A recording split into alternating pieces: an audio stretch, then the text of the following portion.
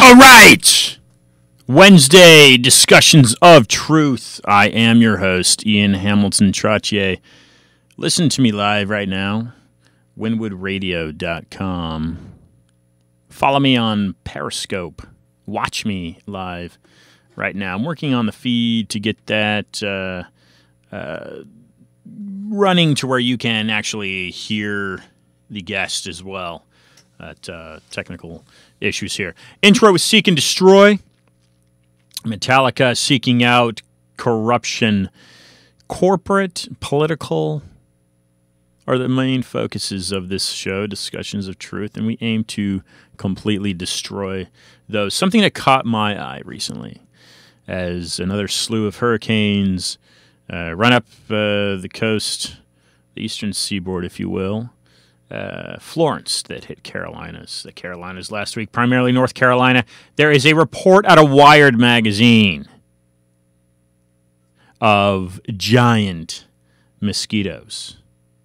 An onslaught of giant mosquitoes hitting North Carolina. My question to you is this.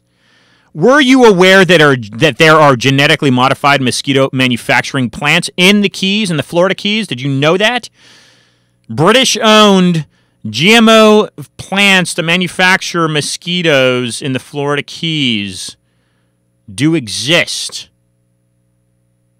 And a woman lost her life over being politically active to take these GMO centers and fabrication centers to task. Her name is Mila de Meur. So my question to you, are these giant mosquitoes that other sources apart from Wired are reporting, could it possibly be that they are genetically modified? They are man-made mosquitoes. Have you ever heard of the Zika virus? Have you ever heard of Dibrom? Were you aware that the Rockefeller Foundation basically owns both? Now, when I say owns the Zika virus, yes, they own the patent on fabricating and duplicating the Zika virus. They also are large shareholders of the manufacturing company, Chevron Chemical Corporation, that developed the pesticide called Dibrom, also known as Naled, here in Miami, was sprayed to combat the Zika virus. Oh, it just so happens that the European Union has banned it, labeled it a neurotoxin. That's right, a toxin. Yet it was sprayed over Wynwood and South Beach. Wynwood, where I broadcast from every Wednesday at 5 o'clock, and South Beach, where I happen to currently reside. Yes, this is winwoodradio.com. This is Discussions of Truth. Mila de Meur.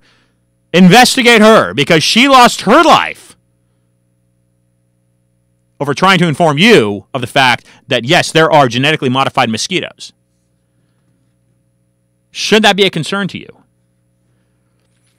No More Lies, Federally Reserved. Federal Reserve No More Lies. That is the title of my book, and I do now have a publisher. Purchase it in the electronic form on my website, iantrottier.com, IANTROTTIER.com. And let me also say impeachmassmedia.com. Type that in, impeachmassmedia.com. It can also be found through impeachmassmedia.com. Impeach Mass Media, because that is fake news. 2018, and fake news is a real thing. Don't think that you can sit back on your couch and just turn on the boob tube and not question the information that's coming out of that.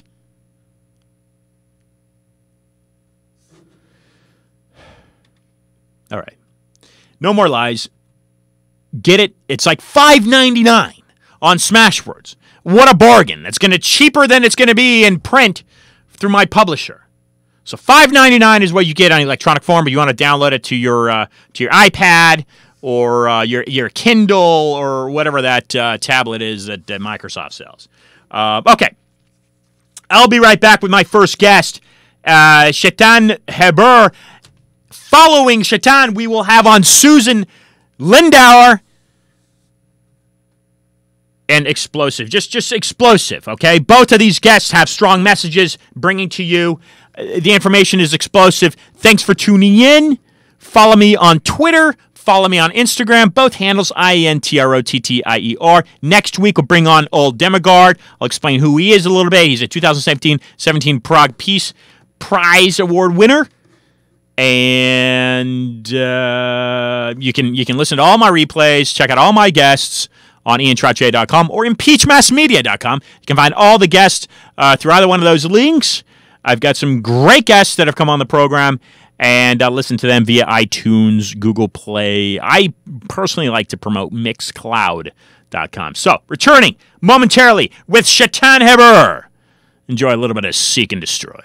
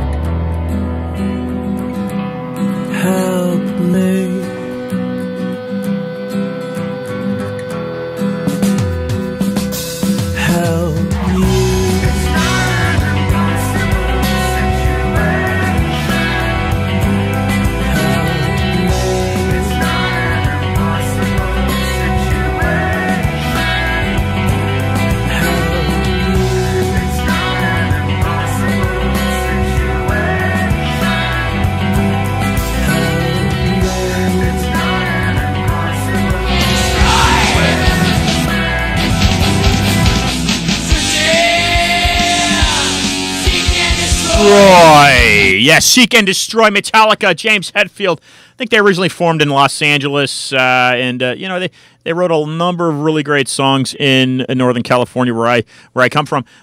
We have Shaitan, a correction in the name pronunciation. Shaitan. Chaitan. It's like Nathan. Chaitan like Nathan. Yep. Fantastic. Thanks for joining the program. How the heck are you? I'm doing really well, man. How are you? We're doing just fantastic down here in Miami. We haven't gotten hurricanes, but the weather's been a little bit rainy. Oh, okay. Well, that is not nearly as bad as it could be. So, Chaitan, now you are in New York City, correct? I actually live in Philadelphia now, but I did live in New York City for about 6 years. Yeah. So tell us about that, as you ran for city council for New York City, right? I did. So I was a senior in college. I was working full-time on Wall Street at the time. And I just noticed that after the 2016 election, people didn't really know exactly what their place was in politics, especially people at my school. I went to NYU at the time.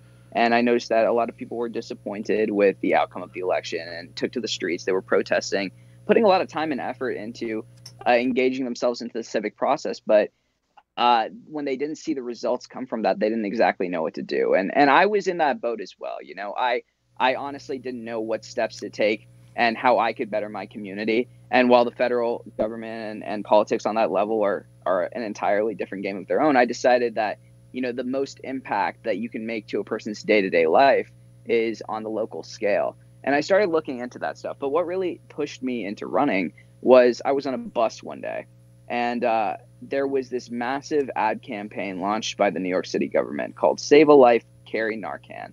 And are you familiar with what Narcan is? No. Okay, so for those of you who don't know, Narcan is this anti-overdose drug for people who overdose on opiates. And New York City was doing something I thought was really, really cool at the time, which was, taking a measure to allow Narcan to be given over the counter at all Walgreens in the city. And I thought that was a really cool thing because drug policy was one of my passions, and I think one of the major failures of our government policy in the last decade. And if not longer, in fact. Yeah. But I was like, okay, this is awesome. So of course I went to the nearest Walgreens and I asked them for Narcan. First Walgreens said, I have no idea what you're talking about. I said, okay. Moved on to the next Walgreens. Said, I have no idea what you're talking about. So I pulled up the New York City government website, figured out all of the Walgreens around me, and I went to each and every one of them. And guess what? Nobody had Narcan. No one knew what I was talking about. And it made me realize that a lot of times the government takes positions and pretends to have these values. And while they may be grounded in good intentions, somehow in the bureaucratic process, it just turned into a marketing scheme on New York City's end. And I thought that was a huge failure on their part, but more importantly, a huge failure to their constituents and the people that live in New York City and rely on this sort of help in order to move on. And I thought that A, more people needed to know about this, but B, that kids my age not knowing how to fit into the political process is something that is a tale as old as time, right? We aren't told that we can, go up there and speak our voices. We're told to sit in the background and be represented. And it's understandable to a degree, but I think we live in a time where everybody needs to be doing their part.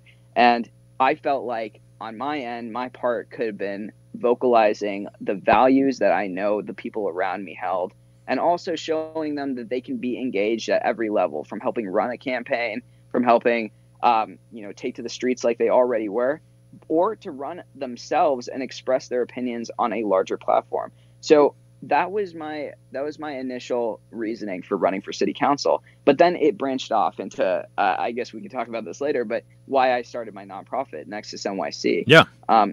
Yeah. So I just realized that there needs to be, I guess, two ways of dealing with social problems, right? There's the government aspect of it, but oftentimes, as I'm sure you know, it gets boiled down to partisan issues, right? People get tied into one side or another, and instead of thinking about ways of accomplishing or fixing social problems, they get tied to who made the idea or who was behind the idea rather than what good it could have done. And I realized that, sure, the government has policies and opinions, and they're going to be, creating legislation that could create stable social change for decades, but there needs to be a creative aspect to it that the government oftentimes just doesn't recognize. There are all of these nonprofits out there run by experts, or nonprofits that don't exist yet. College professors who have spent their lives thinking about a certain issue, writing about that issue, studying that issue, and having creative